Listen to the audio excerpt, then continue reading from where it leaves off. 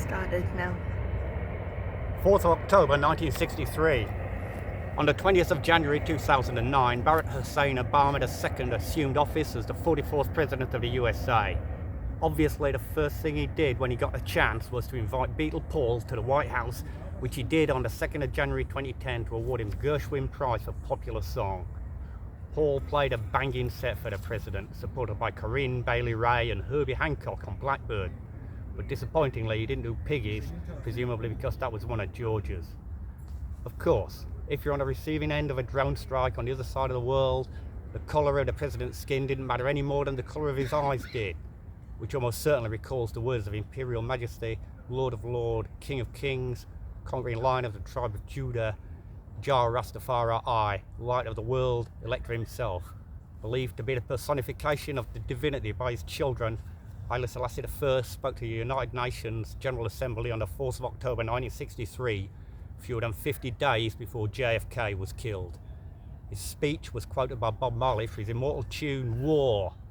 Originally given in Ethiopia's official Amharic language at the UN, an English translation was included in important utterances of His Imperial Majesty Emperor Haile Selassie I, 1963 to 1972, and the book gave permission to freely use its contents.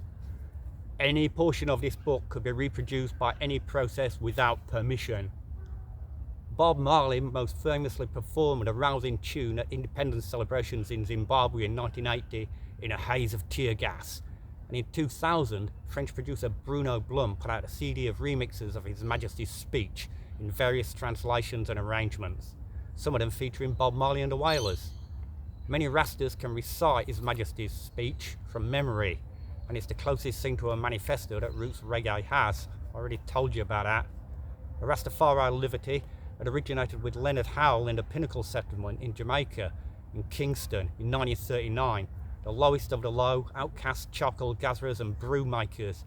In 1960, invited by Prince Buster, Count Ossie and his Dibingi brethren performed Oh Carolina and cut it for him. It became the most influential record of the 20th century, and the world was never the same again. And it never had been.